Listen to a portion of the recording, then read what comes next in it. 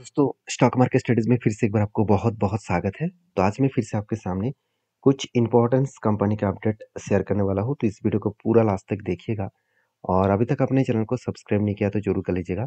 तो सबसे पहले मैं जिस कंपनी के बारे में बात करूँगा, उसका नाम है ओलेक्ट्रा गिनटेक लिमिटेड।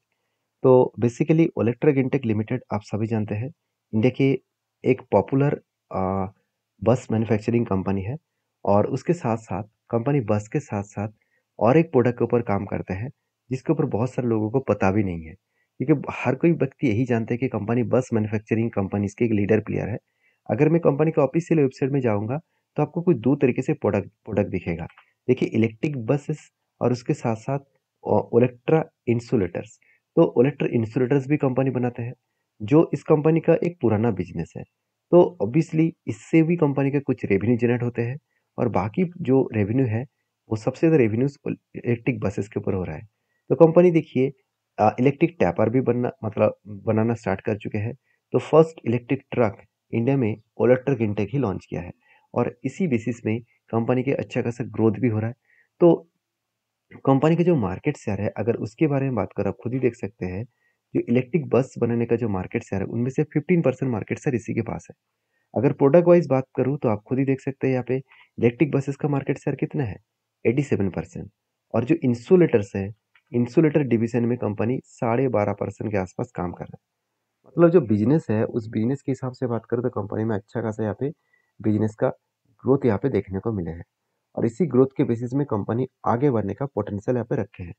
तो बाकी इस इंडिया के 100% मार्केट शेयर इसी के पास है और 100% मार्केट शेयर के बेसिस में कंपनी में एक अच्छा खासा यहाँ पे जर्नी होने का चांसेस भी हो सकता है। बाकी देखिए अ, इन अभी जो इस डिवीज़न वाइज़ बात करूँ, तो ऑपरेटिंग जो प्रॉफ़िट जो है, उनमें से देखिए इलेक्ट्रिक बसेस में अच्छा खासा बिज़नेस होने के बाद भी और इंसुलेटर में 12% बिज़नेस होने के बाद भी, इंसुलेटर में 22% कंपनी प्रॉफ़िट जनरेट कर रहा है। ऑपरेटिंग प्रॉफ़िट जनरेट कर रहा है 22% इंसुलेटर से और इलेक्ट्रिक बसेस में कितना 77%। मतलब अभी भी कुछ अच्छा खासा परसेंटेज इंसुलेटर से कंपनी का रेवेन्यूज़ के हिसाब से रेवेन्यू की तरफ से आ रहा है।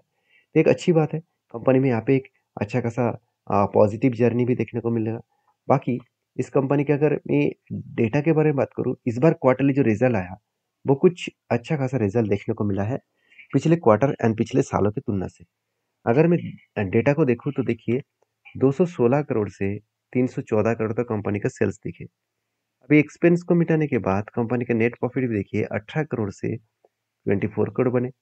मतलब एक अच्छा खासा प्रॉफिट भी बढ़े। तो इसी कारण की वजह से क्या कंपनी के ऊपर पॉजिटिव जर्नी होना चाहिए था, धमाका होना चाहिए था, हुआ क्यों नहीं? क्योंकि देखिए कंपनी ने पिछले जो क्वार्टर्स किया था, उस क्वार्टर में कंपनी का सेल्स एंड प्रॉफिट ज़्यादा था और ऑपरेटिंग प्रॉफिट के बारे में बात करूँ तो मार्जिन देखिए 60% से घटकर 22% हो चुके हैं सेल्स का मार्जिन एंड प्रॉफिट मार्जिन 112% से घट के 25% हो चुके हैं। तो कई हद तक कम होने के कारण सेल्स 50% कम हो गया, प्रॉफिट 4 गुना कम हो गया और यही कारण के वजह से कंपनी के ऊपर एक प्रेशराइज है और इसी के चलते है वोल्टर गिंटक लगातार गिरते चले जा रहे हैं।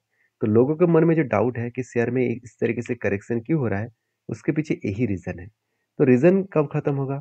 तो देखिए कंपनी के ऊपर वैल्यूएशन भी हाई हो गया था, उसको करेक्शन भी तो करना चाहिए था। तो करेक्शन हो रहा है तो मुझे लगता है यहाँ पे जो पैटर्न्स यहाँ पे क्रिएट हुआ है, एक रेंज के ट्रेडिंग के हिसाब से 31% का रेंज बना है। तो जब ये नीचे लेवल को टच करेगा तब मैं एंट्री लेने वाला हूँ और इस हाई लेवल तक मेरा टारगेट रह सकता है। इस स्ट्रैटेजीज़ को मैं ज़रूर यूज़ करूँगा। आपकी क्या राय है ज़रूर मुझे कमेंट्स करके बताना। नेक्स्ट जो कंपनी है उसका नाम है जेएम फाइनेंशियल लिमिटेड। देखिए जेएम फाइनेंशियल लिमिटेड के ऊपर एक अच्छा खासा धमाका पहले से ही देखने को मिला। अगर मैं चार्ट को आपके सामने ओपन करूँ तो आपको खुद पता चलेगा। ये कंपनी जब नीचे आया था, एक गैप डाउन करके नीचे आया था। इस लेवल को जब टच किए थे, यहाँ पे जब एक सपोर्ट लिया, वहाँ से कंपनी किस तरीके से बाउंस बैक किया आप देख सकते हैं। तो जेएम फाइनेंस जिस तरीके से यहाँ पे क्रैश हुआ था, एक गैप डाउन में ओपन होने के बाद, उसके बाद मैंने आपको ये भी बताया था कि मैं इस लोअर साइड में एक एंट्री भी लिया था और कंटिन्यूअसली अभी एंट्री को कंटिन्यू भी कर रहा हूँ, उसको एग्जिट नहीं किया क्योंकि कंपनी जिस तरीके से रिटेस्ट किया उसके बाद कंपनी बाउंस बैक करके इस हाई लेवल तक गया। तो ओवरऑल मुझे यहाँ से कुछ इस तरीके से लेवल्स में मेरा एंट्री है, तो उस लेवल से अगर टॉप तक देखो तो ऑलमोस्ट 23% का रिटर्न मिला था। मैंने एग्जिट नहीं किया, क्यों? क्योंकि पहले मुझे एक पैटर्न्स जो मिला था, उस पैटर्न्स को मैं कंटिन्यू कर रहा हूँ। क्योंकि पहले एक पैटर्न जो मिला था वो कुछ इस तरीके से शोल्डर उसके बाद बिग हेड बने, उसके बाद एक शोल्डर बने। मतलब यहाँ पे जो शोल्डर बना है, उसके बाद हेड बने, उसके बाद शोल्डर बने, इसको कहा जाता है reversal head and shoulder pattern. तो reversal head and shoulder patterns के बेसिस में जब ब्रेकआउट हुआ था, ब्रेकआउट कंफर्मेशन भी हुआ था, उसके बाद रीटेस्ट किया, तब एंट्री लेना चाहिए था, मगर मैंने इस जगह पे देखा नहीं था। इस टाइम में मैंने देखा नहीं, जब जब गैप डाउन में ओपन हुआ, जब न्यूज़ देखा, उसके बाद मैंने इसके ऊपर रिसर्च किया, तब मैंने एक काम किया। और मैं इसको जरूर कंटिन्यू करूंगा इस हाई लेवल तक, 133 के आसपास तक। तो मैं इस तरीके से लेवल में क्यों कंटिन्यू करूंगा, क्योंकि कंपनी का परफॉर्मेंस ठीक ठाक है, क्योंकि कंपनी का क्वार्टर रिजल्ट देखा जाए तो इस बार भी सेल्स पॉजिटिव में है। हाँ, आप कहेंगे सर पिछले बार के क्वार्टर में तो सेल्स ज़्यादा हुआ था। एक्चुअली कंपनी देखिए सिर्फ 8,800 करोड़, एक स्मॉल कैप टाइप कंपनी है। तो इतनी छोटे कंपनी होने के बाद भी कंपनी खुद के सेल्स को, एक्सपेंस को, सब कुछ मिटाने के बाद नेट प्रॉफिट को मेंटेन कर रहा है, यही सबसे खासियत है। और साथ ही साथ कंपनी के जो बैलेंस शीट है वो भी देखेंगे तो कंपनी के जो रिजर्व है वो लगातार बढ़ते चले गए। उसके हिसाब से कंपनी का बोरिंग्स भी बढ़े और कंपनी के एक्सपेंस के हिसाब से अच्छा खासा एक्सपेंस सॉरी कंपनी के जो रिजर्व है वो भी बढ़ता होता देखने को मिले। कर्जा जो बढ़ा है ऑब्वियसली, फाइनेंस कंपनी में कर्जा तो बढ़ेगा ही, फाइनेंस में कर्जा बढ़ेगा तो अच्छा खासा ग्रोथ होगा। और उसी बेसिस में इन्वेस्टर भी मतलब अच्छा खासा इन्वेस्टमेंट भी इस कंपनी के ऊपर, मतलब कंपनी के प्रोमोटर ने अच्छा खासा इन्वेस्टमेंट भी किया है। तो कंपनी के सारे पॉइंट्स पॉजिटिव है, जिसके चलते कंपनी के इंस्टीट्यूशन कंटिन्यू कर रहा है। तो मैं इस कंपनी के ऊपर एक गुड पॉजिटिव पॉइंट्स जरूर सोचता हूँ। तो बाकी आपकी क्या राय है जरूर मुझे कमेंट्स करके बताना। नेक्स्ट जो कंपनी है उसका नाम है जियो फाइनेंशियल सर्विसेज लिमिटेड। तो जल्द से जल्द जितने सारे स्टॉक ब्रोकिंग कंपनी है उसको झटका लगने वाला है, क्योंकि जियो फाइनेंस से एक बहुत बड़ा अनाउंसमेंट कर दिया। जियो फाइनेंस के ऊपर यही बात मैं कहूँ कि कंपनी के ऊपर जिस तरीके से अपडेट आया है कि जल्द से जल्द वो स्टॉक ब्रोकिंग का बिजनेस स्टार्ट करने वाला है। और जो एक ब्रोकिंग इंडस्ट्रीज में एंटर होने वाला है उसमें से बड़े बड़े प्लेयर को झटका लगने वाला है। क्योंकि देखिए जीरोदा इस सेक्टर में लीडर प्लेयर है और स्टॉक ब्रोकिंग इंडस्ट्रीज में, तो उसको भी एक थोड़ा सा झटका लग सकता है, क्योंकि जियो फाइनेंस के पास बहुत ज़्यादा पैसा भी है। तो उस पैसे से वो कुछ भी कर सकते हैं। तो उस हिसाब से देखा है तो बड़े बड़े जो प्लेयर है, जीरोधा हो गया, अपस्टॉक हो गया, एंजल वन हो गया, तो ग्रो हो गया, इस तरीके से सारे कंपनीज को थोड़ा सा झटका तो लगेगा। तो फिर भी जियो फाइनेंस का मेन मेन थीम जो है वो स्टॉक ब्रोकिंग के ऊपर नहीं है, उसका मेन थीम है एनबीएफसी के ऊपर, फाइनेंस के ऊपर, हेल्थ इंश्योरेंस के ऊपर। तो इस तरीके से प्रोडक्ट के ऊपर ज़्यादा से ज़्यादा उसका ध्यान है। तो कंपनी का बिजनेस अभी तक स्टार्टिंग नहीं हुआ, मैं पहले ही बोल चुका हूँ, जब स्टार्टिंग होगा सारी चीज़ आपको क्लियर कट आपको देखने को मिल जाएगा, कितना ग्रोथ इस कंपनी के ऊपर होने वाला है। तो बहुत सारे लोगों का ये भी कमेंट्स है कि इस कंपनी का आरओसी आ रही तो बेकार है, तो इस कंपनी को अच्छा क्यों बता रहा है। देखिए कंपनी का बिजनेस ही स्टार्ट नहीं हुआ तो उसका return of equity, return of capital employed कहाँ से मिलेगा। हाँ, तो प्रॉफिट कहाँ से हो रहा है? जो क्वार्टरली जो प्रॉफिट आपको लगातार देखने को मिल रहा है, वो कहाँ से हो रहा है? एक्चुअली कंपनी के इन्वेस्टमेंट से हो रहा है। आप खुद ही देख सकते हैं, कंपनी का टोटल जो इन्वेस्टमेंट है वो कितना है? करीबन-करीबन 1,08,000 करोड़ के आसपास था। आज 1 लाख करीबन 34,000 करोड़ के आसपास बन चुकी है।